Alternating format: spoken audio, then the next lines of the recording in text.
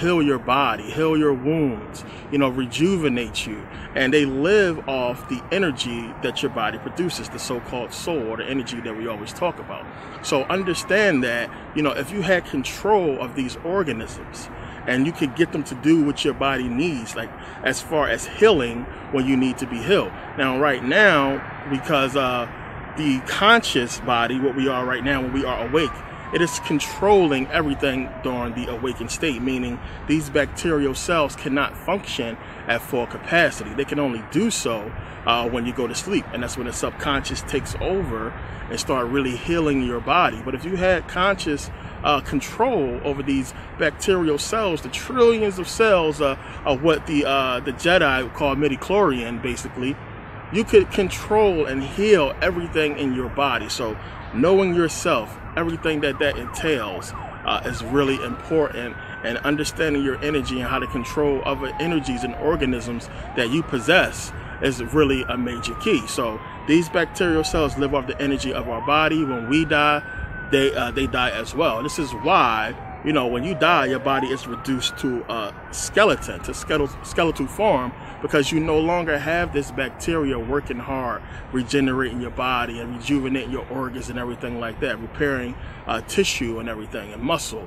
So these organisms die when you die. So it's a major thing when we say understand who you are, and knowing yourself and who you really are and everything like that. It entails a lot more. It's a lot of different things we have to deal with, a lot of different aspects of knowing thyself that we got to touch on before we can really understand the broad picture of what that really means. So now, putting that into perspective and understanding how knowledge of self really works and what that really entails, we then understand the effect of time, on our body. So when you understand about the microorganisms that are healing you using the energy, of your spirit, of your soul, or what have you, and you understand that, it's just a matter of time before, you get old. So you only can get fully repaired and recharged during sleep.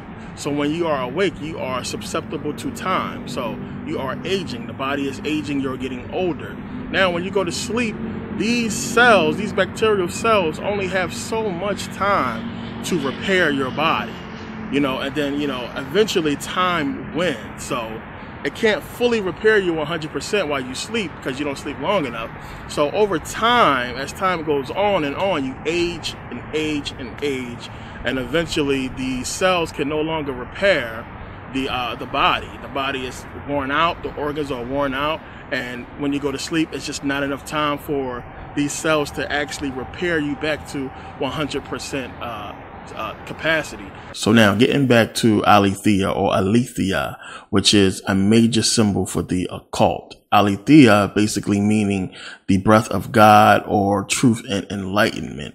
When you really get down to it, Aletheia is basically the conscious mind of man. So if you Google it, if you look up the name Aletheia, you'll see basically a bunch of women. This is what it looks like.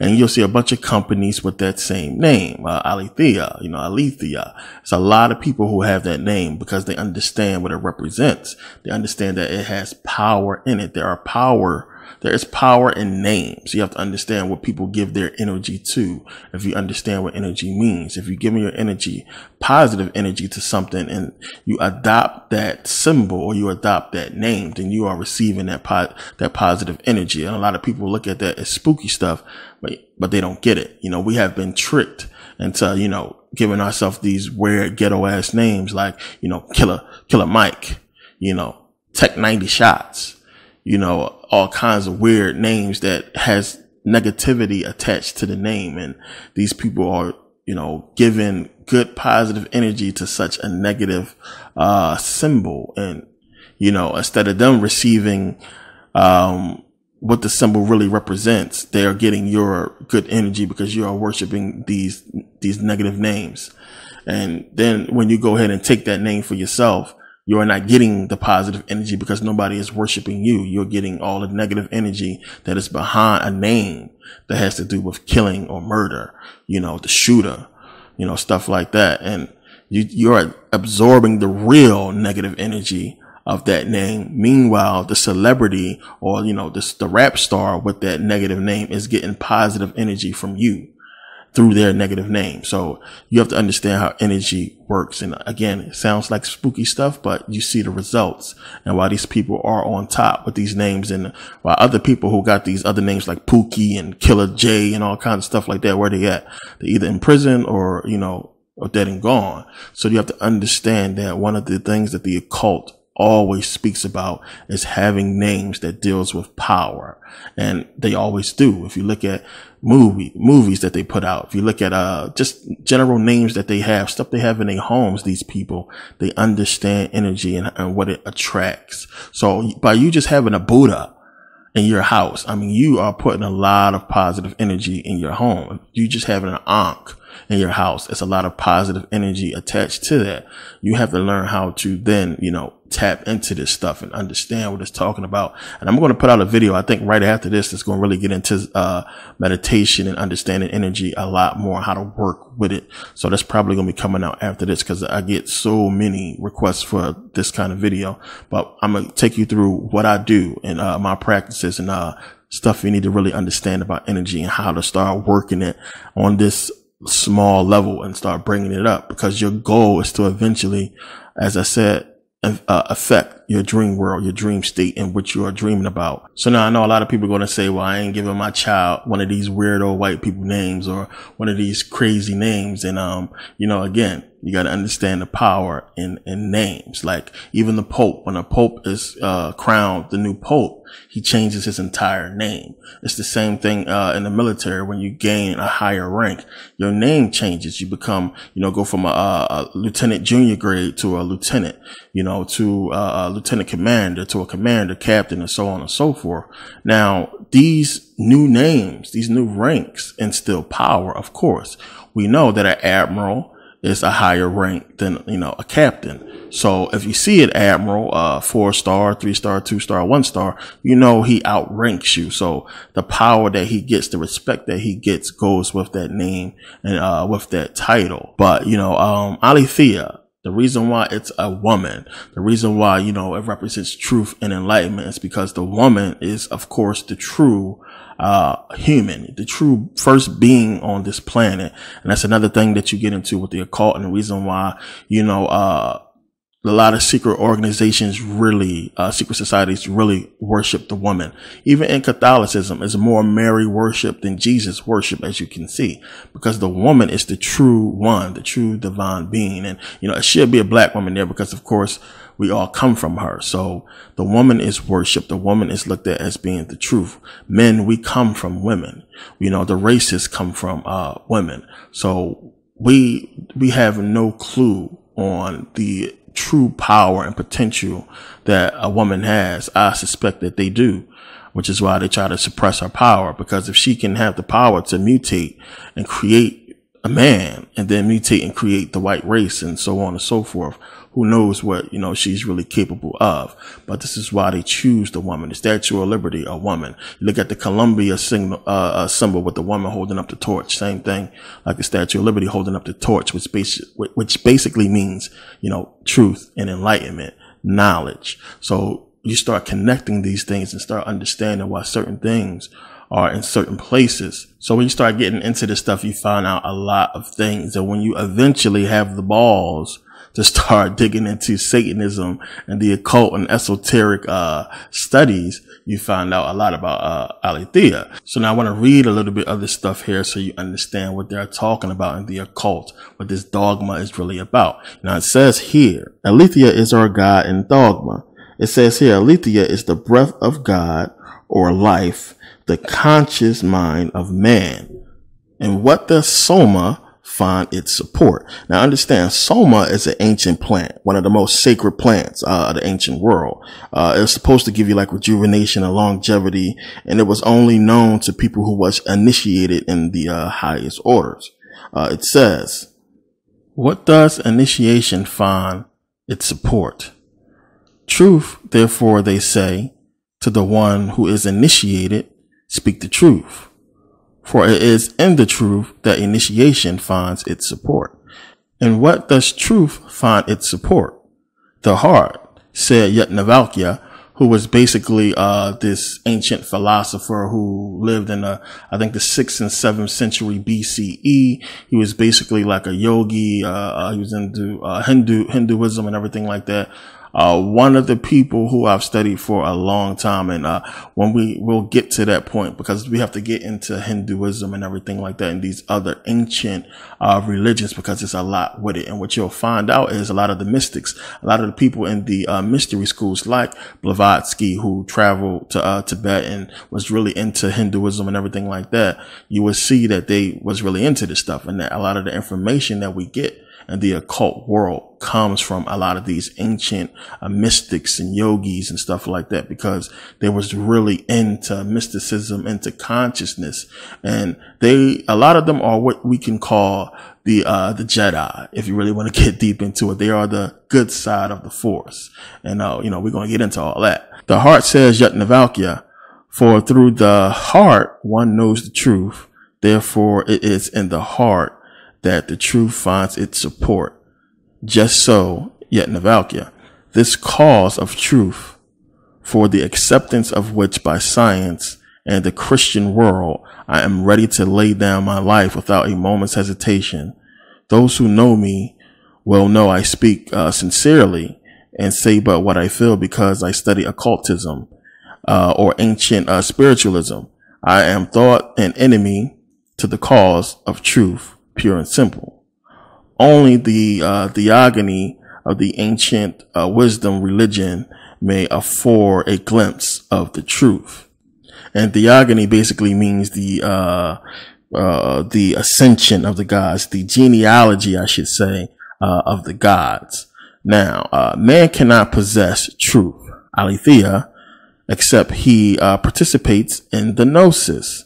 So we may say now, no man can know the truth unless he studies the secrets of the pleroma of the occult, of occultism. So, pleroma is basically a spiritual realm, or the spiritual universe, for those of you who want to understand that. So no man can know the truth unless he studies the secret of the pleroma of occultism. And these secrets are all in the theogony of the ancient wisdom religion, which is the aletheia of occult science. Okay, that's the important part. And then nature will give up her secrets to those who seek truth for its own sake.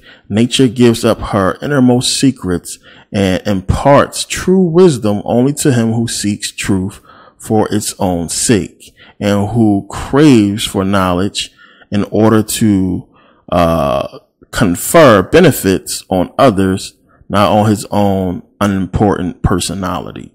So this is just some of the writings of occultism, and a lot of people, this stuff you can find in a lot of Helena Petrovna Blavatsky's books. A lot of, if you really get into Manly P. Hall, I know he was like a major 33rd degree Mason, but before he died, when he was old and didn't give a fuck, he revealed a lot of information, and it's really esoteric stuff. The last couple of years, the information I've been putting out and you guys have been absorbing, this is a major part.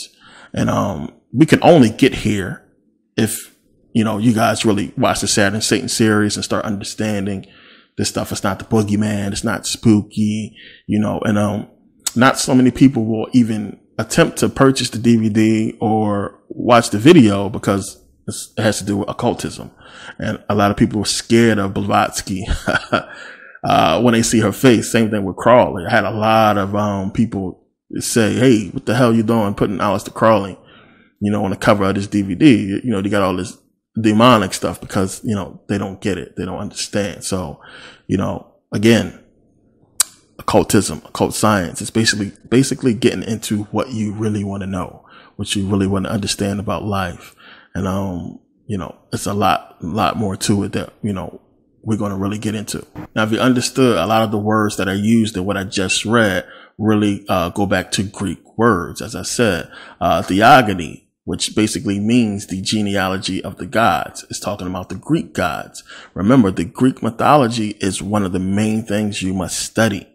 to really understand, occultism, because they basically, took, because we miss it so much from, Egyptian mythology as far as the gods. There's a lot that we know, but when you're trying to figure it out and you're missing pieces, if you understand the Greek mythology, and the Greek gods and everything, you can kind of fit the pieces in, because they basically copy exactly from Kemet and just change the names of the gods and a little bit of the attributes and gave them more attributes, but it's still basically stolen knowledge from Kemet. But again, you know, when people see this stuff, they look at it and they still think it's Satanism and they think it's evil and stuff like that. So they don't get the real knowledge. They don't really understand, you know, what's taking place. I say to people, if you have the genius, the smarts, to get yourself out of Christianity, to look at it and say, well, I know this is bogus. This Christianity shit is bullshit.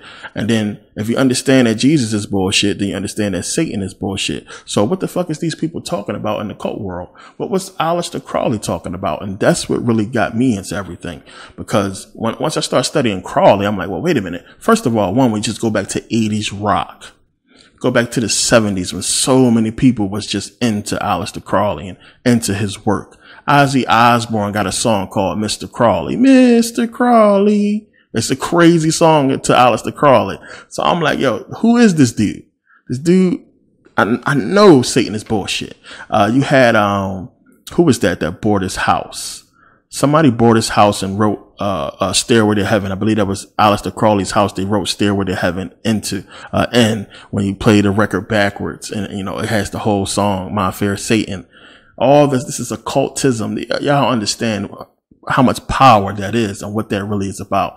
It's creepy to you when you listen to it, when you understand, because you don't understand the power behind it. What Crowley did was show you that it exists. So when you have that understanding that, you know, the Bible is bullshit, so Satan must be bullshit as well, then the next place to go, of course, is into the, you know, esoteric world, into occultism and everything like that. And you have to really look at these people like, Crowley and, Blavatsky and Bailey and Manly P. Hall and others, and see what the hell they talking about then. You know, what is this stuff really about if this Satan is bullshit? So this is what led me into this information and down this road, because I could see that it had to be more to it. And then when you look at the rappers who throwing up the symbols and, acting like they really into Satanism and everything like that. I mean, when you see the whole so-called Illuminati and it's supposed to be devil worship, and you have the conscious understanding that, wait a minute, this Satan is bullshit, the Bible bullshit, what is they talking about? Again, occultism, esoteric knowledge, and this is what it's all about, the knowledge that they have, that they are using over you, which can be considered the dark side of the force. And, you know, others in the occult world are largely on the light side, who are trying to really help the planet and help people. And it's one of the reasons why occultism really blew up and is still big to this day, is because we look at a lot of stuff and we can see that, you know, it's off. There are issues with a lot of the things that we have been told about, you know, reality.